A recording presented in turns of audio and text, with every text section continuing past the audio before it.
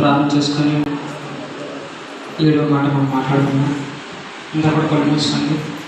మహోన్నతుడ మా ప్రభా, మా ప్రియమైన తండ్రి యేసయ్యా, నీకు వందనాలు చెల్లించుకున్నాం ప్రభా. ఇదిగో ప్రభు చక్కగా ప్రభు నీ పిల్లలు నాయన అంత చక్కగా మాట్లాడే విధానం తీసుకోవడం చెల్లించుకున్నాం. అయితే ప్రభా, ఇదిగో నీ కుమారుడైన ప్రభా యేసయ్యా, నాతో కూడా మీరు మాట్లాడి, ఇదిగో నేనేదో స్వయంగా మాట్లాడే కంటే ప్రభా మీ ఆత్మ నాలో వసింపజేసి ప్రభా మీరే నా ద్వారా మాట్లాడమని, ఇదిగో యేసయ్యా నీ కుమారుని ఈ యొక్క 7వ మాట ఈ విధంగా ప్రభా మీరు మాట్లాడాలనుకున్నారు, ఆ విధంగా మాట్లాడేటట్టు శక్తిని సామర్థ్యాన్ని దయచేయమని యేసయ్యా అతి శ్రేష్టమైన అడిగి ప్రార్థిస్తున్నాను నా పర్వ తండ్రి. సమయం కూడా చాలా తక్కువగా ఉంది. మనం అనుకున్న 3 అయిపోయిందా లేదు చూడండి ఒకసారి. 3 అయిపోయిందా? అయిపోయింది. అందువల్ల నేను కూడా చాలా త్వరగా చెప్పాను. ఎందుకంటే నాన్నగారు మాట్లాడటం చెప్పను కానీ బయట మాట్లాడడం చెప్పమని కనుక 7 మాటలు చెప్పేసి 7 మాట త్వరగా చూడడానికి ప్రయత్నం చేస్తాను. ఎందుకంటే అందరూ కూడా ఆకలిస్తుంది. మరి యేసుప్రభువు ఈ యొక్క 7 మాటలు పలికిన తర్వాతే, ఆ దాహం తీరిన తర్వాతే తన ప్రాణాన్ని ఇచ్చిపెట్టున్నాను. అయితే 7వ మాట ఏంటంటే లోకాసు వార్త 23వ అధ్యాయం 46వ వచనం. అప్పుడు యేసు గొప్ప శబ్దంతో కేకలు వేసి, తండ్రి నీ చేతికి నా ఆత్మ అప్పగించుకొనుచున్నాను. ఏమంటే గొప్ప శబ్దంతో ఏం చేస్తారంటే యేసుప్రభువు కేకలు వేస్తున్నారు. ఎందుకని కేకలు వేస్తున్నారు? దేవుడు నిలబడదేనా? చూడు ఏం చేస్తున్నాడు 7వ మాట గొప్ప శబ్దంతో కేకలు వేస్తున్నారంట. ఏ శబ్దంతో? గొప్ప శబ్దంతో ఎప్పుడు కేకలేస్తాం? మనకి ఏదైనా బాగోలేనప్పుడు, ఒక వ్యక్తికి బాగోపోతే గొప్ప శబ్దంతో కేకలు వేస్తారు. ఇంకో సందర్భం ఒక వ్యక్తి ఆనందం ఎక్కువైపోతే కేకలు వేస్తారు. మనిషికి ఆనందం ఎక్కువైనా గట్టిగా అరుస్తుంటాడు. అందుకనే చాలా మంది ఏం చేస్తున్నారంట, ఆనందం ఎక్కువైపోయింటారు గట్టిగా అరుస్తుంటారు. ఈ మధ్యకాలం యూత్ ఏం చేస్తారంటే ఈ ఐపీఎల్ మ్యాచ్ వచ్చిన తర్వాత మా ధోని 6 కొట్టిన ఏం చేస్తారు, గట్టిగా అరుస్తున్నారు. అలాగే లేడీస్ ఏం చేస్తున్నారు, సీరియల్లో ఏదైనా ఒక ఆవిడ బాగా కూడా దుఃఖపడి ఏడుస్తుంటే మనం ఏం చేస్తున్నట్ట, దుఃఖాన్ని చూసి అక్కడ సెంటిమెంట్ మనం ఏం చేస్తుంటా, మనం వాళ్ళే గట్టిగా మీరు ఏడుస్తారు. అంటే బాధ వచ్చినా ఏడుస్తారు, సంతోషం వచ్చినా ఏడుస్తారు. అంటే యేసుప్రభువుకి వచ్చిన బాధ ఏంటంట, యేసుప్రభువు వారికి వచ్చినటువంటి బాధ ఏంటి? అందులో చూడు గొప్ప శబ్దంతో కేకలేస్తున్నాడంట. యేసుప్రభువుకి ఏ బాధ వచ్చిందంట? ఏ బాధ వచ్చింది? సిలువు మీద ఆ యొక్క సిలువు మూసే బాధ వచ్చిందా, లేక మీ పాపం మూసే బాధ వచ్చిందా? ఏ బాధ వచ్చింది? లేదా ఏ ఆనందం వచ్చింది? దేవుడికి 2 వచ్చింది చెప్పాను. ఒకటి బాధ వచ్చింది, 2 ఆనందం వచ్చింది. ఏమొచ్చే? ఒకటి బాధ వచ్చింది, 2వది ఆనందం. యేసుప్రభువుకి వచ్చిన ఆనందం ఏంటంటే సిలువు నుంచి ఎప్పుడైతే నా ప్రాణాన్ని విడిచిపెడతానో, ఏంటంట సిలువు నుంచి ఎప్పుడైతే నా ప్రాణాన్ని విడిచిపెడతానో నేను నా తండ్రి దగ్గర చేరుకుంటాను. హల్లెలూయా. ఏం చేద్దాంట, సిలువు నుంచి తన ప్రాణాన్ని ఎప్పుడైతే విడిచిపెడతానో యేసుప్రభువు ఏం చేస్తారంట, తన తండ్రి దగ్గర చేరుకుంటాడు. అది యేసుప్రభువు ఆనందం. ఏంటి? తన తండ్రి దగ్గర చేరుకోవడానికి ఆనందిస్తున్నాడు. గొప్ప కేకలు చేస్తాడంటే, దేవా నా శరీరాన్ని నువ్వు ఇక్కడితో తీసుకెళ్ళి నా ఆత్మని నీ దగ్గర చేర్చుకో, ఆటోమేటిక్గా నేను నీ దగ్గరికి వెళ్ళిపోతాను, నేను నీ దగ్గరికి వచ్చేస్తానని చెప్పి యేసుప్రభువు గారు ఈరోజు ఏం చేస్తారంట, పలుకుతున్నారు. యేసుప్రభువుకి సంతోషకరమైన బాధ ఏంటంట, సంతోషకరమైన మాట ఏంటి? నేను నా తండ్రి దగ్గరికి వెళ్ళిపోతాను. ఇక్కడ సంతోషకరమైన మాట. ఈరోజు హాస్టల్లో పిల్లలు చూడొచ్చు. అప్పటి వరకు 4వ తరగతి చదివిన పిల్ల అప్పటి వరకు 4వ తరగతి చదివి 5వ తరగతి హాస్టల్కి వెళ్తుంది. అప్పటి వరకు సమాజంలో ఈ యొక్క గ్రామంలో అలవాటు పడిపోయిన పిల్ల అడిగి హాస్టల్కి వెళ్తే ఎప్పుడు నాకు సెలవులు ఇస్తారు, ఎప్పుడు నేను అమ్మగారింటికి వెళ్తాను, ఎప్పుడు మా ఇంటి దగ్గర నేను పప్పలు తింటాను. అలా ఆనందం ఒకసారి ఆలోచించాను. హాస్టల్ చదివిన పిల్లలు ఉన్నారా? మీరు ఎప్పుడైనా ఆలోచించారా? ఎప్పుడు నేను మా అమ్మగారింటికి వెళ్ళిపోవాలి? ఎందుకంటే నా తల్లి నన్ను ప్రేమిస్తుంది, నా తల్లి దగ్గర నేను వెళ్ళిపోతే నాకు ఎంతో ఆనందం. అవునా కదా? హాస్టల్ చదివిన పిల్లల కోసం చెప్తున్నా. హాస్టల్ చదివిన పిల్లలు ప్రతి ఒక్కరు కూడా నేను ఎప్పుడు ఈ యొక్క స్కూల్ వేసి ఇంటికి వెళ్ళిపోస్తాను, ఎప్పుడు నాకు సెలవు వస్తుందని ఆరాటపడుతుంటారు. ఎందుకంటే వీళ్ళకి ఎడబాటు వచ్చేసింది. ఏ ఎడబాటు అంట, తల్లిని దూరంగా విడిచిపెట్టానంటే ఎడబాటు.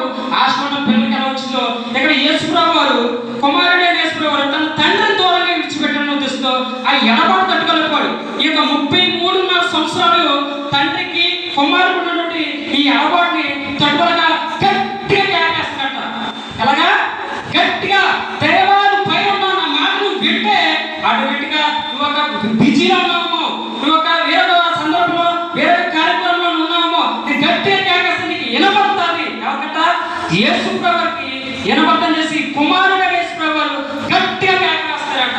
ఇప్పుడు చెప్పండి, దేవుడు ఎందుకు గట్టిగా శబ్దంతో కేకేస్తాడంటే తన తండ్రి వద్దకు చేరడానికి కేకేస్తారట.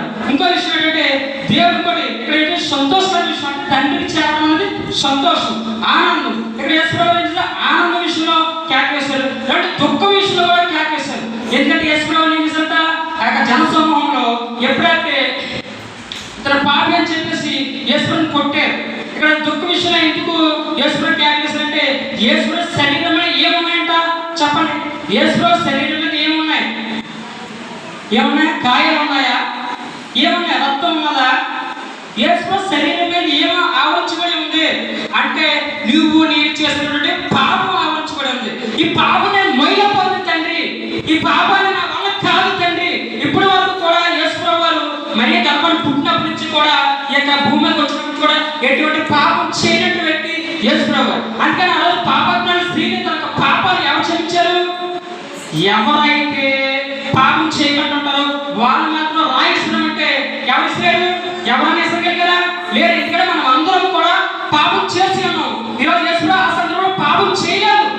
ఎప్పుడు చేశారంటే నీ కొరకు నా కొరకు తన యొక్క పాపం ఎప్పుడైతే మోపుకున్నాడో, ఎప్పుడైతే నీ పాపం తన మీద ఆవహించుకున్నాడో, ఎప్పుడైతే నీ పాపం తను తీసుకున్నాడో అప్పుడే యేసు పాపం చేస్తున్నాడు. యేసు భూమి మీదకి వచ్చినప్పుడు పాపం చేయలేదు. ఎప్పుడు చేశారంట? నీ పాపం తను లాక్కున్నప్పుడు, పట్టబడినప్పుడు. ఆ గెస్తున్న తోట ఎప్పుడైతే పట్టబడారో ఇద్దరు వేరొక ప్రవర్తన అని చెప్పేసి నీ కొరకు ఏం చేశారంటే యేసు వారు పాపం లాక్కున్నారు. ఎలా లాక్కున్నారంటే ఇందాక మన సిస్టర్ చెప్పినట్టు జట్టి ఏం చేశాడంట, చెట్టు మీద ఉన్నాడు. ఎక్కడ? చెట్టు ఉండి ఈ నిజమైన దేవుడిని నన్ను పిలుస్తాడేమో, నేను చూస్తాను, అది నన్ను పిలిస్తే ఇది నిజమైన దేవుడే నేను అంగీకరిస్తాను అన్నాడు జట్య. అప్పుడు యేసు వెళ్ళి ఓ జట్య కిందకి దిగు అన్నాడు. అవునా కదా? అంటే యేసు ఏం చేస్తాడు, జట్య మీద ఉన్న భారాన్ని నువ్వు నిజమైన దేవుడు కాదని చెప్పి జట్య ఆలోచిస్తాడు కదా, ఆ భారాన్ని ఏం చేస్తాడంట తీర్చేస్తాడు. ఇప్పుడు యేసు నీ యొక్క పాపాన్ని చేస్తుందా జట్టిని ఎలా అయితే కిందకి కానీ జట్టిని పిలుస్తాడో నీ పాపాన్ని స్వయంగా యేసువారే లాక్కున్నారు. నీ పాపాన్ని నువ్వు ఇవ్వలేదు దేవుడికి. నువ్వు పాపంలో ఇరికిపోయావు, పాపంలో ఉండిపోయావు, అయితే నీ పాపం దేవుడికి ఇవ్వలేదు. కేవలం యేసు నీ పాపం లాక్కున్నావు. ఏం చేస్తున్నారంట? లాగారు. ఇదిగో నువ్వు పాపంలో ఉండిపోయావు, నా కుమార్తె పాపంలో ఉండకూడదు, నా కుమార్తె పాపం ఊపిలో ఉండకూడదు అని చెప్పి యేసు ఏం చేశారంట? లాక్కున్నారు. ఏం చేశారు? పాపాన్ని లాక్కున్నారు. మరి ఈరోజు ఆ పాపం లాక్కిన దేవుడికి మనం ఏం చేసి ఉన్నాము? దేవుడు ఎందుకని బిగ్గర జాగ్రత్త ఏంటంటే దేవా ఇదిగో నా మీద పాపాలు ఉన్నాయి, నా మీద చేసిన పాపం అనే భారం నా మీద ఉండిపోయింది, ఈ భారం త్వరగా తీసేదండి. హల్లెలూయా. ఏమన్నాడ? ఈ పాపాన్ని త్వరగా ఈ భారాన్ని తీసేయమన్నాడు. ఎందుకంటే నేను నీ దగ్గరికి వచ్చేస్తాను. ఇదిగో నా శరీరం మీద వీళ్ళందరూ యొక్క ప్రతి ఒక్కరి నిమిత్తం, నా నిమిత్తం, నీ నిమిత్తం, దైవసాయ నిమిత్తం, చిన్న పిల్లలు మొదలుకొని సృష్టిన ప్రతి ఒక్క నిమిత్తము కూడా యేసు ప్రభువు ఏం చేశారంట? ఈ పాపాలు భరించి ఉన్న శరీరంలో ఆ పాపం అన్నింటి తీసేదంటే నేను నీ దగ్గరికి వచ్చేస్తానని చెప్పి పెద్దగా కేకేస్తాను. అందుకని లోక సువార్త 23:46 ఉంటుందంట, గొప్ప శబ్దంతో కేకేస్తున్నాను. ఎందుకంటే కేక గొప్ప శబ్దంతో ఈ పాపం అన్న నేను మొయ్యలేకపోతుంది తండ్రి, ఈ కొంప నేను భరించలేకపోతుంది తండ్రి, నా నుంచి నువ్వు తీసే అని చెప్పేసి యేసు ప్రభువు గొప్ప శబ్దంతో కేకేస్తున్నాను. ఎందుకంటే నీ కొరకు, నీ పిల్లల కొరకు, ప్రతి ఒక్కరి కొరకు యేసు ప్రభువు ఏం చేస్తున్నాడంట? ఈ యొక్క భారాన్ని అతను లాక్కొని ఉన్నాడు, అతను తీసుకొని ఉన్నాడు. అందుకని భారం ఎప్పటి నుంచి నా దగ్గర నుంచి ఎప్పుడైతే పోతుందో అప్పుడు నేను నీ దగ్గర వచ్చేస్తాను, నిన్ను నన్ను కూడా ఎవరు ఎడదీయలేరు అన్న ఉద్దేశంతో దేవుడు కేకేసి నా యొక్క నీ చేతికి నా ఆత్మను అప్పగించుకున్నానని చెప్పాడు. ఎవరి చేతికి? దేవుడి చేతికి తన యొక్క ఆత్మని అప్పగించుకున్నాను. అయితే ఇప్పుడు మనం చాలా సందర్భం చూసుకుంటే ఏంటంటే ఏదైనా పని చేసినప్పుడు అందులో నాకు లాభం ఎంత, లేదా ఏదైనా పార్ట్నర్షిప్గా ఉద్యోగం చేసినప్పుడు, లేదంటే ఏదైనా వ్యాపారం చేసినప్పుడు ఓటాలు వేసుకుంటుంటారు. ఇందులో నీకు వచ్చే లాభం ఏంటి, నాకు వచ్చే లాభం ఏంటి, త్వరగా చెప్పడానికే ప్రయత్నిస్తున్నాం. నీకు వచ్చే లాభం ఏంటి, నాకు వచ్చే లాభం ఏంటి అని చెప్పి చాలా మంది ఓటాలు వేసుకుంటారు. అయితే యేసు ప్రభువు భూమి మీదకి వచ్చిన తర్వాత మనకి ఏం చేశారు, మనం యేసు ప్రభువుకి ఏం చేయాలి, మన పైన బాధ్యత ఏంటన్నది 3 ముక్కల్లో టక చెప్పడానికి ప్రయత్నం చేస్తుంటాము. అందరూ కూడా చాలా యాక్టివ్గా ఉండండి, ఎందుకంటే లాస్ట్ మాట కదా. చెమటలు పట్టిన నేనే యాక్టివ్గా ఉన్నాను, మీరు ఉండకపోతే ఎలాగా? నాకు మీరే ఆపేస్తాను. ఓకే. అయితే ఏమన్నారంటే దేవుడు క్షమించుకొని ప్రార్థన చేస్తాడు. ఇప్పుడు అంతంగా లాస్ట్ మాట 7వ మాట కూడా ఏమన్నా ప్రార్థన చేస్తున్నాడు. ఏం చేస్తున్నాడు? ప్రార్థన చేస్తున్నాడు. ఎవరి కొరకు? దేవుడితో ప్రార్థన చేస్తున్నాడు. దేవా నా మీద ఉన్న పాపాన్ని, నా మీద నీ భారాన్ని తీసుకొని చెప్పేసి దేవుడితో లాస్ట్ ఏం చేద్దంట? ప్రార్థన చేస్తాడు. ఏదైనా మనం ఒక విషయం, ఒక ఇల్లు కట్టుకోవాలన్నా, లేదంటే ఏదైనా ఒక వ్యాపారం చేయాలన్నా మనం ఏం చేస్తాం? స్టార్టింగ్ దేవాన్ని ఇల్లు కట్టుకుని ప్రార్థన చేస్తాం. కానీ ఇల్లు కట్టుకుంటే వరకు ప్రార్థన చేయవు. పునాది వేయాలని చెప్పి ప్రార్థన చేస్తాం. పునాది నిర్మించేసిన బిల్డింగ్ అని గడిచిన తర్వాత ప్రార్థన చేయవు. ఏదైనా కానీ ఒక వస్తువు మనకు కావాలనుకున్నప్పుడు, దేవుడి దగ్గర వాడు పొందాలనుకున్నప్పుడు మనం ఏం చేయాలంట? అది పొందే వరకు ఓర్పుతో సహనంతో ఏం చేయాలంట? ఎగదలకుండా ప్రార్థన చేయాలి. మరి మనం ప్రార్థన చేస్తూ ఉన్నామా? ఇప్పుడు యేసుప్రభు 7 మాటలు పలికేటప్పుడు కూడా మొదటగా ప్రార్థన చేసి చివరి కూడా ఏం చేస్తారంట? ప్రార్థనలోనే ముగించారు. మనం ఇల్లు కట్టినప్పుడు పునాది ఒకటి వేసేస్తే ఇల్లు కట్టినట్టు అయిపోతా? స్లాబ్ వేయాలా, టైల్స్ వేసుకోవాలా, ఆర్డర్ చేసుకొని ఏం చేసుకున్న తర్వాత ఆ ఇంట్లో గృహప్రవేశం జరిగిన తర్వాత ఇల్లు కంప్లీట్ అయినట్టు. మరి ఈరోజు మనం ఏం చేస్తున్నాం? ప్రార్థన చేస్తాం. కానీ మనకి ఏదైతే కావాలనుకున్నదో అది వచ్చే వరకు కూడా మనం ప్రార్థన చేసేవారుగా లేము. ఈరోజు యేసు మీ అందరూ పాపం ఏం చేశాడా? ప్రార్థన చేశాడు. ఆ పాపం ప్రార్థన చేయడం వల్ల ఈరోజు మీ పాపాలు క్షమించబడ్డాయి. అవునా కదా? క్షమించబడ్డాయి లేదా మీ పాపాలు? మీరు ఇంకో ఫ్రెండ్ ఉన్నారు, ఇటు చూడలేదు. అందరూ కూడా బైబిల్ ఎవరో తీయొద్దు, నాగేపు చూడండి. మీ పాపాలు క్షమించబడ్డాయి లేదా? ఎందుకని? దేవుడు నీ పాపాన్ని, నీ పాపం కొరకు ప్రార్థన చేసి తన మీద మోపుకున్నాడు కనుక మీ పాపాలు ఈరోజు ఏమంట? క్షమించబడ్డాయి. అంటే దేవుడు మనకు అర్పించినవి ఏంటి? దేవుడు అర్పించాడో చూద్దాం. యోహాను సువార్త లేదా లూకాసు సువార్త, యోహాను సువార్త 19:30, లూకాసు సువార్త 23:46. రెండన్నా ఏపిసిన ఇష్టం. యోహాను సువార్త 19:30.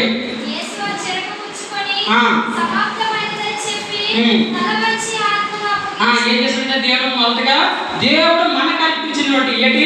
తల వంచి ఆత్మను అర్పించాడు. దేవుడు ఏం చేశాడంట? ఆత్మని అర్పించాడు. దేవుడు మనకి అర్పించాడు. నీ కొరకు నా కొరకు కూడా తన యొక్క శరీరాన్ని, తన యొక్క ఆత్మని అర్పించి ఉన్నాడు. ఎందుకని? నీ పాపం నిమిత్తము. ఇంకేం చెప్పాడంట? ఇంకేమి?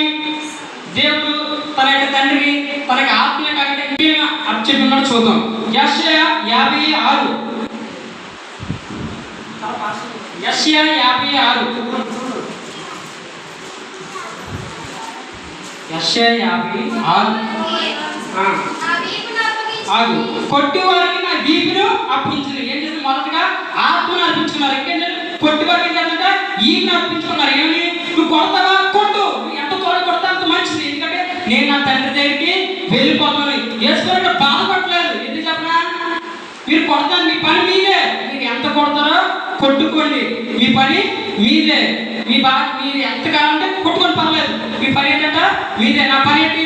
నా తండ్రి దగ్గరికి వెళ్ళను. మీరు మీ పని ఎంత త్వరగా ముగిస్తే నేను నా తండ్రి దగ్గరికి అంత త్వరగా వెళ్తాను అని చెప్పేసి యేసుప్రభు సంతోషకరంగా ఉన్నాడు. నీ పాపం భారం మోసుకుంటూ కూడా సంతోషకరంగా ఉన్నాడు. ఏంటంటే వీపుని కూడా అప్ చెప్పుకున్నాడు. ఇంకేంటంటే పిరికి వేయే వారికి నా చెంపలను చూడండి. దాని కొంతమంది వెంట్రుకలు ఉంటాయి. 9 ఉన్నాయా? ఆ వెంట్రుకలు ఉంటాయి. ఆ వెంట్రుకలు పీక్కుంటారా? ఎలా లాగుతుంటే మంట చాలా విపరీతంగా వస్తుంది. ఈ వెంట్రుకలు అయితే చాలా విపరీతమైన మంట వస్తుంది. ఆ మంట ఎంతమంది ఎలా పీరుకున్నా ఎలా తీసుకోండి, నేను భరిస్తాను. నీ కొరకు ఏం చేశాడ? భరించాడు. ఆ బాధని, ఆ నొప్పిని భరించాడు. ఉమ్ము వేయ వరకు నా ముఖం అప్పగించి ఉమ్మేస్తే సరసంగా నీ ముఖం మీద ఎవరైనా ఉమ్మేస్తే నువ్వు ఊరుకుంటావా?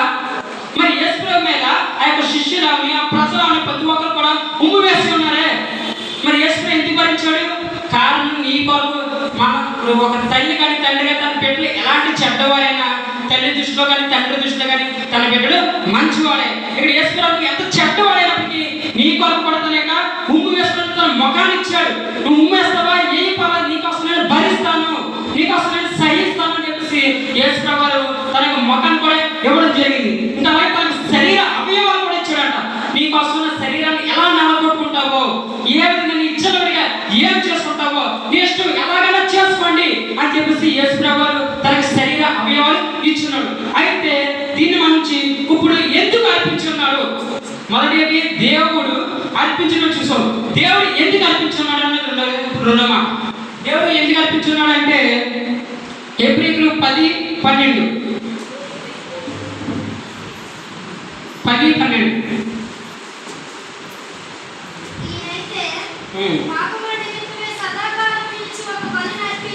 అప్పటి నుండి తన శత్రువు తన పాదములకు పాదపీఠముగా చేయబడి వరకు కనిపెట్టుచు దేవుని కుడిపార్శ్వమున ఆశీర్వదించును. చాలు చాలు. పాప నిమిత్తం సదాకాలం బలి అర్పించండి. దేవుడు నీ కొరకు ఎందుకు అర్పించాడంటే నువ్వు పాపం చేసి ఉన్నావు కనుక నీ కొరకు ఒక బలిని అర్పించున్నాడు. ఆ బలి ఎందుకు అర్పించాడు? సదాకాలము అంటే ఇక్కడ ఏ పాపం చేసినా కూడా తన శాంతికి చేరదు. ఒకప్పుడు యేసుప్రభువు ఏమంటారు కుమారుడు ఇదిగో ఈ యొక్క ప్రజలు గొర్రె వలె మంద ఏం చేసిందా త్రోవ తప్పిపోయి ఉంది. ఏం చేసిందా ఇప్పుడు గొర్రె యొక్క కాపరి వెనకాల ఉండడు, ముందు అంటే ఆ కాపరి ఎలా వెళ్తే ఈ మంద కూడా అలాగే వెళ్తుంది. అయితే గొర్రె కాపు లేకపోవడం వల్ల ఏంటంటే మంద త్రోవ తప్పిపోయింది. ఇదిగో నా రాజ్యానికి రావడానికి ఎలిజిబుల్ లేరు. ట్రైన్ ఎక్కినప్పుడు టికెట్ ఉంటే ధైర్యంగా వచ్చు, అవునా కదా? అలాగే దేవుడి దగ్గరికి వెళ్ళాలంటే మనం రక్షణ తీసుకుంటేనే ఎలాగే ఆయన స్వర్గలోకానికి లేకపోతే అర్థమా ఎలా అంటే వేసినట్టే మన రాజ్యం రావడానికి ఎలిజిబుల్ లేదు. ప్రతి ఒక్కరి నిమిత్తం కూడా ప్రవర్తనని ప్రతి ఒక్కరు కూడా పాపం చేసి ఉన్నారు. ఈ పాపం చేయడం వల్ల ఏంటంటే మన రాజ్యాన్ని రాలేకుండా యేసు ప్రభువు తన కుమారుని భూలోకానికి పంపి ఉన్నారు. తన కుమారుడు భూలోకానికి పంపి ఏం చేస్తాడంట పాపం నిమిత్తము యేసు ప్రభువు కుమారుడు ఏం చేశాడంట బలి అర్పించారు. ఆ బలి ఏంటంట తన యొక్క శరీరము. ఆ బలి ఏంటి? యేసు ప్రభువు యొక్క శరీరం. ఎవరి కోసం నిమిత్తము? నీ కొరకు, నీ పిల్లల కొరకు, దైవ సేవకులు ప్రతి ఒక్కరి కొరకు కూడా తన యొక్క శరీరాన్ని బలిగా అర్పించున్నాడు యేసు ప్రభువు. అది అంతే సదాకాలం సంపూర్ణం చేస్తున్నాడు. ఏప్రిల్ 10 సదాకాలం సంపూర్ణ అంటే ఇంకా వేల కొద్ది ఇంకా తరాల వరకు కూడా యొక్క బలిని ఇంకా సంపూర్ణ చేస్తున్నాడు. ఇంకా మళ్ళీ బలి అవసరం పని లేదు. ఒకప్పుడు ఈ యొక్క అబ్రహాముని లేదా యోబు అని ఎలా చేస్తే కుటుంబంలో ఎవరైనా పాపం చేస్తుంటే వాళ్ళ కుటుంబంలో వ్యక్తులు పాపం చేస్తుంటే పశువుని బలికి ఇచ్చేవారు. ఎవరిని? పశువులు. ఈ కుటుంబంలో ఎవరైనా పాపం చేస్తే పశువులు బలి వచ్చారు. మన సందర్భంలో ఏం చేస్తుంటా అమ్మ మా దేవుడి దగ్గర మేము మొక్కుకున్నామే అని చెప్పేసి ఏం చేస్తుంటా మేకను గేదెను బలిచ్చేస్తాం. దేన్ని? మేకను గేదె. మనుషులు ఎందుకు మొక్కుకున్నా కదా? దేవుడు ఏమన్నాడు? నేను పలానా రోజుని ఎలా ఉంటే నేను ఒక గొర్రెని బలిస్తాను అని చెప్పేసి వాళ్ళు అనుకున్నారు. అలా ఏం చేశారంట మేకను గొర్రెను బలిస్తున్న మనిషి చచ్చిపోతాడు. నీ మొక్కు కోసం ఏం చేస్తున్నా అన్యపుని అలాగే కొన్ని పశువులు ఏం చేస్తుందా బలిగా అర్పించేస్తున్నాం. అలాంటి బలిని ఎన్ని ఇవ్వగలరు? అలా ఇవ్వకూడదని ఉద్దేశిస్తున్నాడు. మోగజీవం చనిపోవడం ఉద్దేశిస్తున్నాడు. దేవుడు ఏం చేస్తుందా ఆ ఎన్ని బలి ఇచ్చే బదులు నేనే మీ పాప నిమిత్తం బలిగా అర్పిస్తానని చెప్పేసి యేసు ప్రభువు నీ పాప నిమిత్తం బలిగా అర్పించున్నాడు అన్నమాట తన శరీరం. ఇంకేమన్నా ఎఫెసీయులు 5:2 క్రీస్తు మిమ్మల్ని ప్రేమించి ఇంకా ఎందుకంట యేసు ప్రభువు మిమ్మల్ని ప్రేమించున్నాడు కనుక బలిగా తనకు ప్రాణాలు ఇచ్చున్నాడు. ఒకటేంటి? యేసు ప్రభువు మిమ్మల్ని ప్రేమించున్నాడు. యేసు ప్రభువు మిమ్మల్ని ప్రేమించాడు కనుక తన యొక్క ప్రాణాన్ని బలిగా అర్పించాడు. నీ తల్లి అవని తండ్రి అవని నేను ప్రేమిస్తేనే వాళ్ళకి నీ కొరకు ఏమైనా చేయగలరు. ఇక నాన్న చదువుకోవడం నాకు 10,000 కావాలంటే ఒక ఆవిడ వచ్చి అప్పటికి అదే డబ్బులు లేవమ్మా అలా తన కోరిక వచ్చి తండ్రి దగ్గరికి వెళ్ళి అన్న చదువుకోవడం 10,000 కావాలి చదువుకోవడం ఇదే కంప్యూటర్ కొనుక్కుందని అంటే తండ్రి ఏంటంట బయట అప్పటికే ఇవ్వలేదు. కానీ తన కుమారుడు ల్యాప్టాప్ కొనుక్కోవడం నిమిత్తం డబ్బులు అర్పించిన తండ్రి ఇచ్చినాడు. ఎందుకంటే నువ్వు నా కుమారుడు, నువ్వు కుమారుడు అంటే నీకు ఏది కావాలో అవన్నీ సిద్ధపరచాల్సిన బాధ్యత నాకు ఉంది. ఆ ఉంది కనుక ఇక్కడ ఏం చేసినట్ట యేసు గారి కుమారుడు నీ కొరకు నా కొరకు ఏం చేశాడంట నిన్ను ప్రేమించిన కుమారుడు కనుక నీ కొరకు ఏం చేశాడంట తన యొక్క ప్రాణాన్ని అర్పించున్నాడు. కారణం నిన్ను ప్రేమించాడు కనుక అందువల్ల తనకి ప్రాణాన్ని అర్పించడం. ఇంకా ఏంటంటే నువ్వు తండ్రి రేపు పొద్దున్న పరలోకంలో తండ్రి దేవుడు యొక్క రెండో రాకడ వచ్చినప్పుడు లేదా మన యొక్క స్వర్గంలోకి వెళ్ళినప్పుడు లేదా పరలోకంలోకి వెళ్ళినప్పుడు మనం దేవుడి దృష్టిలో నిర్దోషిగా ఉండాలని, దేవుడి దృష్టిలో ఏం చేసినా నిర్దోషంగా ఉండాలని, నువ్వు ఏ పాపం చేసిన వాడు కాకుండా అని చెప్పి ఉద్దేశంతో దేవుడు రేపు వస్తే ఇంకో పాపి ఏ పాపం చేయలేదు నేను నిర్దోషంగా ఉన్నాను కారణం నీ కొరకు నేను ప్రాణాన్ని అర్పించి ఉన్నాను. నీ కొరకు వేసుకున్నాను చేశారట ప్రాణాన్ని అర్పించారు. రేపు ప్రతి కుమారుని వేసుకునేవారు తన తండ్రి వస్తే ఏం చెప్పంట దేవా ఏ పాపం చేయలేదు ఎందుకంటే ఈ కొరకు నేను ప్రాణాన్ని అర్పించి ఉన్నాను అని చెప్పేసి సాక్ష్యం గుర్తుగా ఈరోజు ఏం చేస్తారంట యేసు ప్రభువు ప్రాణాలు అర్పించున్నారు. ఇప్పుడు ఒకవేళ జగన్మోహన్ రెడ్డి గారు సీఎం కనుక అతను ఒక రామకలేదు మీటింగ్ ఎక్కడ చూసారో ముందు ఏం చేయాలంట అక్కడ ఉండే వ్యక్తులు ఏం చేస్తారంట వచ్చి ఆ స్టేజ్ని పరిశీలిస్తారు.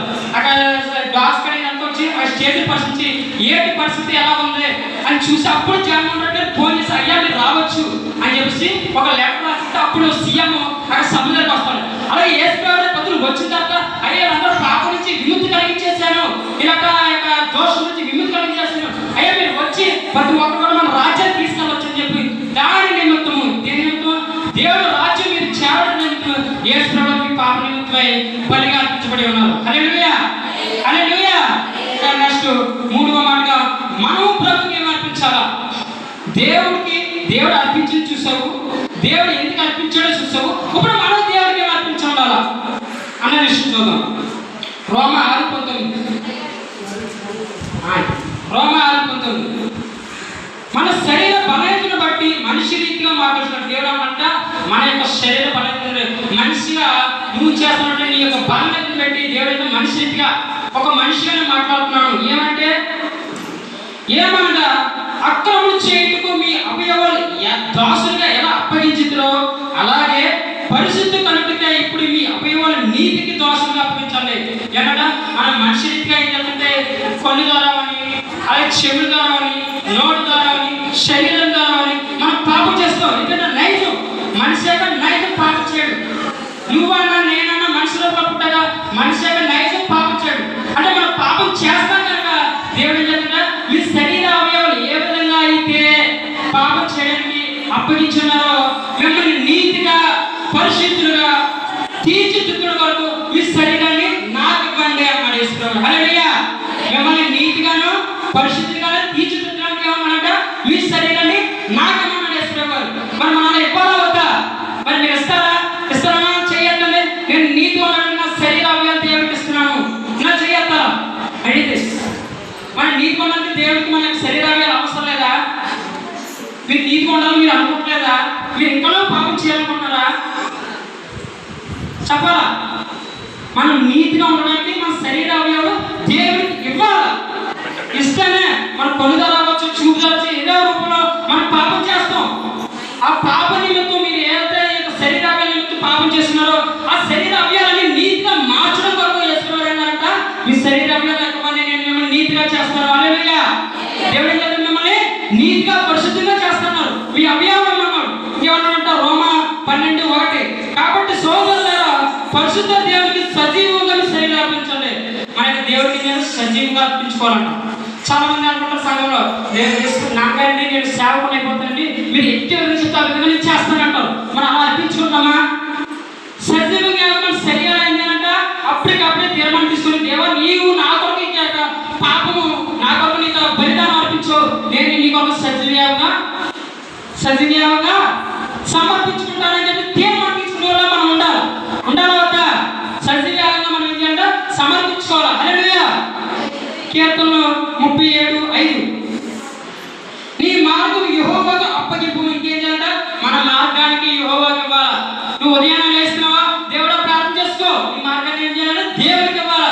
ఉదయాన్నే లేస్తుందో నేను పలా మార్గం అంటే దేవా నువ్వే నేను కాపాడు, ఇక ప్రభు నేను పలా ఊరు వెళ్తాను, వెళ్ళే దారిలో నువ్వే నేను రక్షించు అని చెప్పేసి మనం ఏం చేయాలంట? మన మార్గాన్ని యేసు ప్రభువుకి ఇవ్వాలా వద్దా? మన జగన్మోహన్ రెడ్డి గారు బస్సు యాత్ర పెట్టారు. ఏ యాత్ర? బస్సు యాత్ర పెట్టే ముందు తన యొక్క తండ్రి శవం దగ్గరికి వెళ్ళి అక్కడ ప్రార్థన చేసుకున్నారు. ఏంటంటే తన తల్లి కూడా ఉంది అక్కడ. ఏం చేస్తారు? మీరు అందరూ లైవ్ చూసుకుంటారు. బస్సు యాత్ర పెట్టే ముందు, యాత్రకి వెళ్ళే ముందు ఏం చేసినట్ట ప్రార్థన చేసుకున్నారు. లైవ్ లో కూడా చూసాం. ఎందుకని? దేవైతే ఇక లోకానికి వెళ్ళి నేను ఇక జగన్మోహన్ రెడ్డి గారు నేను లోకానికి వెళ్ళి నేను ఇక క్యాన్వాస్ చేయడానికి వెళ్తున్నాను, నాకు ఎటువంటి పాపము కానీ ఎటువంటి అన్యాయం కానీ నాకు తగలకుండా చూడని చెప్పేసి జగన్మోహన్ రెడ్డి సీఎం సైతం కూడా ప్రార్థన చేసుకుని బయటకు వెళ్ళారు. హల్లెలూయా. ఈరోజు మనం ప్రార్థన చేసుకుని బయటకు వెళ్తాం ఎక్కడికన్నా, అలా వెళ్ళేవారుగా మనం ఉండాలి. అంటున్నాను దేవుడు అదే అన్నాడు. ఏమని? నీ మార్గమును యెహోవాకిమ్ము. మనకి ప్రయాణం చేసే ప్రతి ఒక్క మార్గం కూడా దేవుడికి ఇచ్చేవారు ఉండాలి. హల్లెలూయా. గట్టిగా హల్లెలూయా. అయితే పేతురు 4:19 ఆత్మ కూడా దేవుడికి చెప్పాలండి. మార్గమే కాదు, మన ఆత్మని హృదయ శుద్ధులు కలవద్దు నేను వాళ్ళు దేవుడు చూసేది. హల్లెలూయా. మన హృదయం ఎలా ఉండాలో శుద్ధిగా ఉండాలి. మన హృదయం శుద్ధిగా ఉంటే ఆ ఆత్మని దేవుడు తీసుకుంటాడు. ఈరోజు నిన్నంటే దేవుడు తీసుకోడు, హృదయ శుద్ధిగా ఉండే వాళ్ళు మాత్రమే దేవుడు తీసుకుంటాడు. అందుకని మన హృదయం మన ఆత్మని దేవుడికి ఇచ్చేవారుగా మనం ఉండాలి. హల్లెలూయా. ఏం చేయాలంట? మన ఆత్మని దేవుడికి ఇచ్చేవారుగా ఉండాలి. అయితే అయిపోయింది. లాస్ట్ క్వశ్చన్ ఏం లేదు. ప్రభు దేని బట్టి ఈ యొక్క 3 వాక్యాలు 3 రూపాయలు చెప్పి కదా. ఒకటి దేవుడు మనకు అర్పించినవి ఏంటి, 2 దేవుడు మనకి ఎందుకు అర్పించాడు, 3వది ప్రభుకు మన ఇప్పుడు దీన్ని బట్టి మనకు దేవుడు కొన్ని బాధ్యతలు పెట్టి ఉన్నాడు. ఏం పెట్టి ఉన్నాడంట? దేవుడు బాధ్యతలు పెట్టాడు. శిలువలో తన ప్రాణాలు అర్పించుకున్నాడు. శిలువలో తన ప్రాణాలు అర్పించే క్షణంలో దేవుడు ఏం చెప్పిన బాధ్యతలు పెట్టి ఉన్నాడు. మీకోసం చాలా కట్ చేస్తాను కానీ టైం లేదని మీకోసం కొన్ని బాధ్యతలు పెట్టిన బాధ్యత ఏంటో మనం చూద్దామా? మార్కు 16:15 ఎవరైనా ఒక చదవండి. మార్కు 16:15 మరియు ఏమనంటే మార్కు 16:15 సర్వలోకానికి సర్వ సృష్టికి మన సువార్త ప్రకటించాలి. దేవుడు ఇక 7 మాటలు ఎందుకు ప్రకటించాడంటే ఇదిగో యేసు నజరేయుడైన యేసు నా కొరకు ప్రాణాన్ని అర్పించి ఉన్నారు. నేను చేసిన పాపములకు ప్రాణాన్ని అర్పించిన ఆయన కన్య అయిన మరియ గర్భాన్ని ధరించి ఉన్నారు కనుక ఆయన అటువంటి సువార్త మనం ఏం చేయాలంటే ప్రకటించేవారు ఉండాలి. దేవుడు 7 మాటలు ఏం చేస్తుంటే మనం అందరం సువార్త ప్రకటించాలి. ఏ సువార్త? దేవుడు ఎందుకు పుట్టాడు, దేవుడు ఎవరి కోసం పుట్టారు, దేవుడు పుట్టిన తర్వాత ఏ కార్యాలు చేశారు, ఎవరు మారారు, ఎవరు మార్చారు, ఎవరికి ఎటువంటి సంతోషకరమైన కార్యాలు చేశారు, ఎవరు దుఃఖకరమైన కార్యాలు, అవన్నీ కూడా మనం సువార్త ప్రకటించేవారుగా ఉండాలి. మరి మనం సువార్త ప్రకటిస్తున్నామా? బ్రదర్ అందరూ చెప్పారు అందరూ సువార్త ప్రకటించేవారు ఉండాలి. దేవుడు మనం అయినటువంటి బాధ్యత. మరి మనం సువార్త ప్రకటిస్తున్నామా? లేదే. ప్రకటిస్తున్నామా? ఎవరు కూడా సువార్త ప్రకటించారు. ఈరోజు సంఘాలు కూడా సువార్త ప్రకటించిన సేవకులు ఉన్నారు. మన సభలో చాలా మంది సేవకులు ఉన్నారు. సువార్త ప్రకటించిన సేవకులు ఉన్నారు. సువార్త ప్రకటన అంటే చాలా మంది సేవకులు ఏం చెప్తారు చెప్పిన ఓ సువార్తకి వెళ్ళాలా, సువార్త నాకు వచ్చేది రాబట్టి ఎంత ఛార్జీలు వేస్తూ నా పెట్రోల్ ఛార్జీలు వేస్తూ మీరు అందరూ తీసుకెళ్తే ఒక వాటర్ ప్యాకెట్ వేస్తూ అన్ని చూసుకున్నట్టు సేవకులు ఉన్నారు ఈరోజు. కానీ దేవుడు ఏమన్నా సువార్త ప్రకటించే వాళ్ళగా మనం ఉండాలని చెప్తున్నాడు. మరి మనం సువార్త ప్రకటిస్తున్నాం. సువార్త అంటే ఏదో 10 మంది వెళ్ళిపోలేదు. ప్రతిరోజు కూడా మనం సువార్త ప్రకటించవచ్చు. తెలియని వ్యక్తికి, దేవుని ఎరగని వ్యక్తికి మన దేవుడు మాటలు చెప్పి దేవుళ్ళకి రావడమే, రేపించడమే సువార్త. హల్లెలూయా. ఎందుకంటే దేవుడు నీ కొరకు నాకు ప్రేమను బలి అర్పించాడు అది చెప్పడమే సువార్త. మన సువార్త ప్రకటించమని చెప్పేసి యేసులో మనకు బాధ్యత చెప్పినారు. ఇంకేంటంటే దేవుడు సేవ చేసే వాళ్ళు మనం ఉండాలి. దేవుడు సేవ చేసే పాస్టర్లు ఒకటే దేవుడు సేవ చేస్తున్నారు. దేవుడి సేవలో దేవుడు సేవ చేస్తారు. ఉన్నాక యవనస్తులు చాలా మంది ఉన్నారు. వాళ్ళు దేవుడు సేవ చేస్తున్నారా? యవనస్తులు చాలా మంది ఉన్నారు. దేవుడు సేవ చేస్తారా?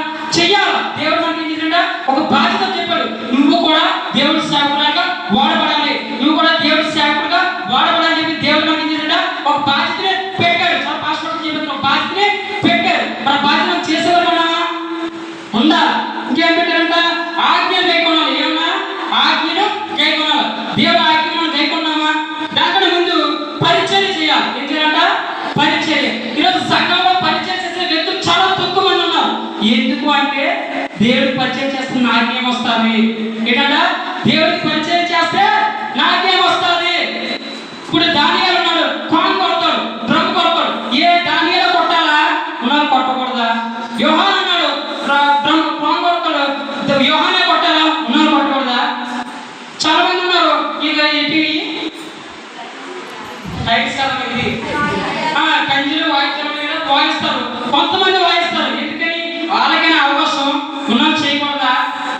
చాలా మంది ఈ యొక్క ఇప్పుడు టైల్స్ వేస్తాం. టైల్స్ కొంతమంది వచ్చి తుడిచినారు దొరుకుతారు. అసలు కడిగినారా లేదా?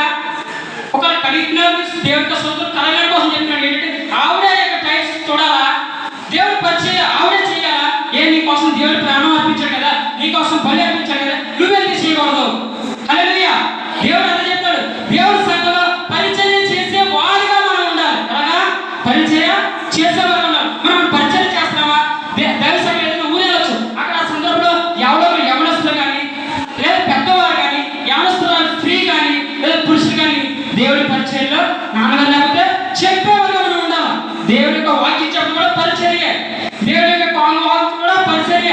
ఇక టైల్స్ తొట్టడం కూడా లేదా తనడం కూడా పరిచర్య. ఇవన్నీ కూడా ఏంటి?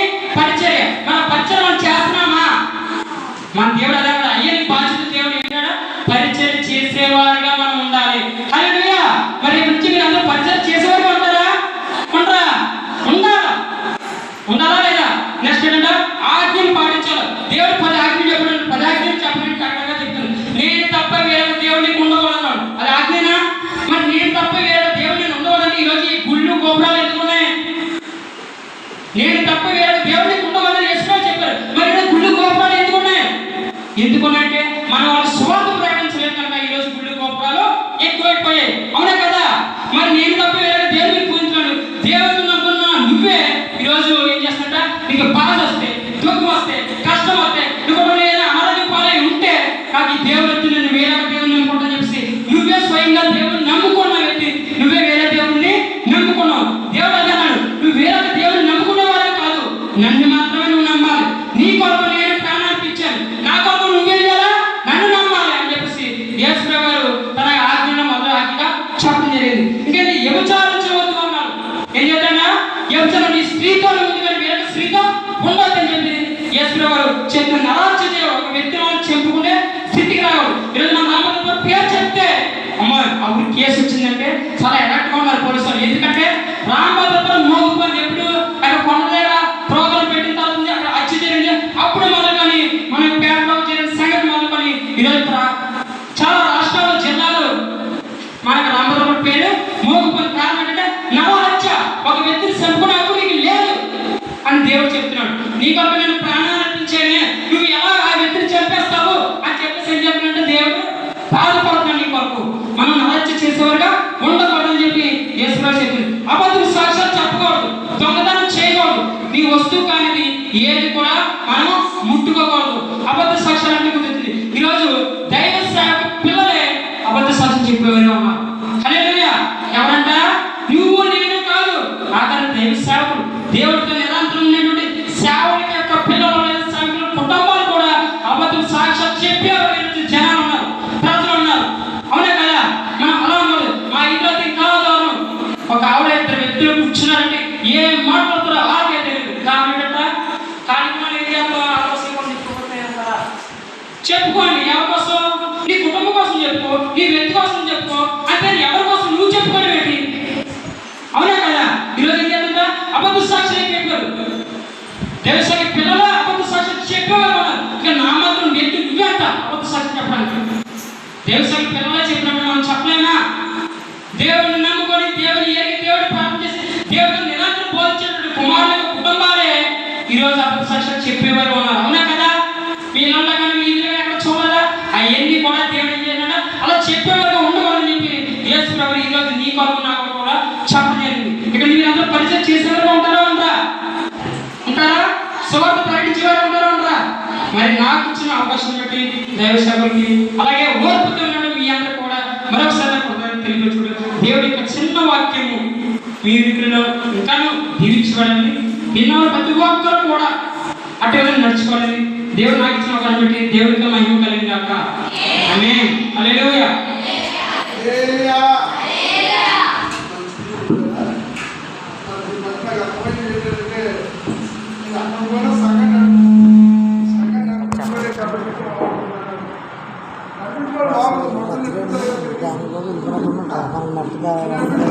అప్పుడు నేను ఎట్లా అని చూసాను రాజేశాను వీడియో చెప్పేసి ఫస్ట్ మాట కానీ ఎప్పుడు మాటలు కానీ చూసుకోవాలి బాగా చెప్పాను.